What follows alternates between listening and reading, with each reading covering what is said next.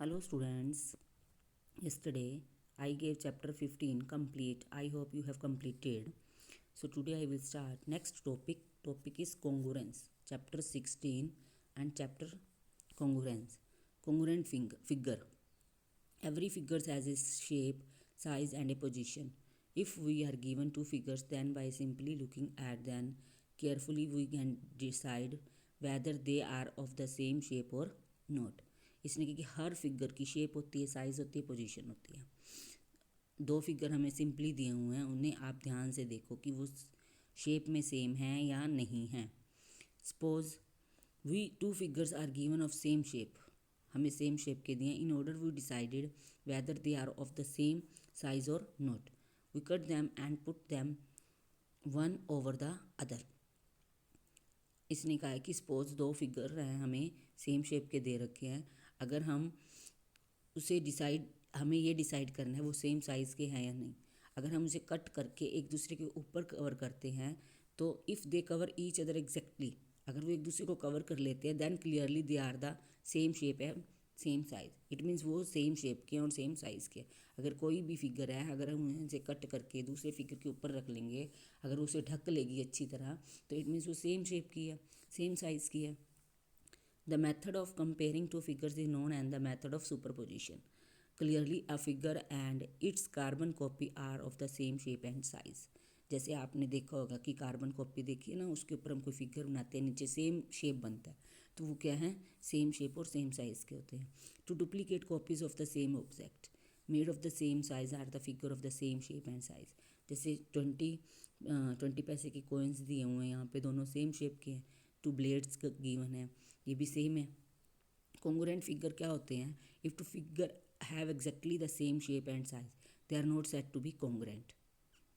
इसने कहा कि यदि दो जो फिगर्स हैं अगर वो सेम शेप के हैं और सेम साइज़ के हैं, they are said to be congruent, तो वो क्या होंगे? कॉन्ग्रुएंट होंगे. For congruence we use symbol this. ये वाला सिंबल हम यूज़ करेंगे. टू इक्वल साइन डाल के ऊपर एस को सुला दो, छोटा सा एस ऐसे. ये हमारा क्या हो गया? Congruent symbol. ठीक है. The plane two planes figures are congruent if when each when superposed on the other covers it exactly. It means two plane figure है, अगर वो तभी कॉन्ग्रुएंट है, वो एक दूसरे को अगर वो उसे कवर कर लें. Some types of congruent figure देखो. Some type of congruent two line segments are congruent if they are the same length. अभी लेंथ है, दोनों सेम लेंथ की हैं, तो ये क्या है? Congruent. Two figures are congruent if they have same measure. अगर ये सेम मेज़र के एंगल ऐसे, ये भी 60 का, ये भी 60 का है, तो ये क्या है? कॉन्ग्रुएंट. क्लियर ना? अब आगे क्या है कि two squares are congruent if they have the same side length. अगर स्क्वेयर एक ये 4 सेंटीमीटर का स्क्वेयर है, ये भी 4 का है, तो एक दूसरे को ये कवर कर रहे हैं, तो ये क्या है? कॉन्ग्रुएंट है. नेक्स्ट के two rectangles are congruent if they have the same length and breadth. अगर ये सेम लेंथ ब्रेथ की रेक्टेंगल्स हैं, ये भी क्या है? कॉन्ग्रुएंट है. Two circles are congruent if they are the same radius. अगर इनकी रेडियस सेम है तो ये क्या है? जैसे 2 सेंटीमीटर की रेडियस है, ये भी 2 सेंटीमीटर की रेडियस है, तो ये दोनों क्या है? कॉन्ग्रुएंट है.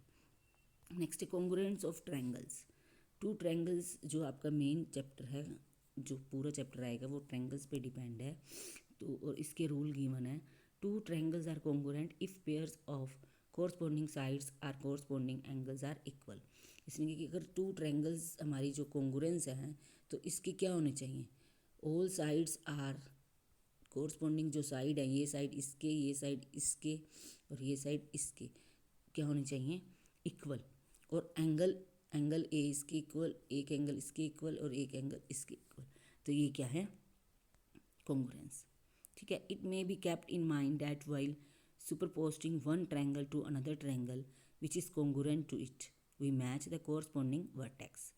We have shown one such matching in this above figure.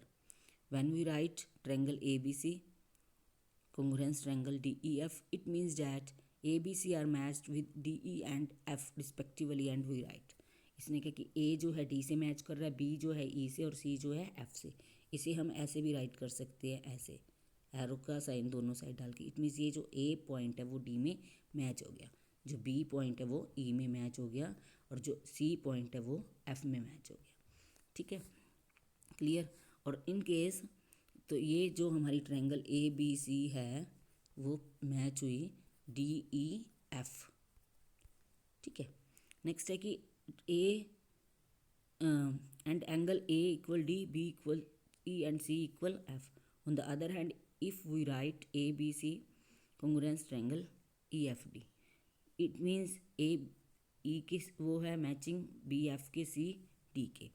In case A B is equal E F होगा, B C is equal F D होगा, और अगर हमारा पॉइंट ए ई के मैच कर रहा है तो it means A B E F के इक्वल होगा। तो हमारी साइड्स भी क्या हो जाएंगी, change, B C F D के और एफ ए डी ई के, और ऐसे ही एंगल ए के ई के, बी एफ के और सी डी के।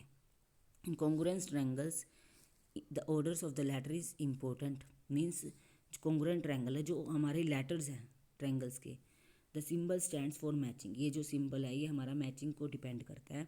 जो लेटर्स हैं वो सबसे ज़्यादा इंपॉर्टेंट रखते हैं। जैसे हमने ये राइट किया है triangle A B C congruence है triangle D E F, it means जो एंगल ए है वो डी के इक्वल होगा, ये इसको मैच करेगा, बी ई को मैच करेगा, सी एफ को मैच करेगा, ए बी डी ई के इक्वल होगा।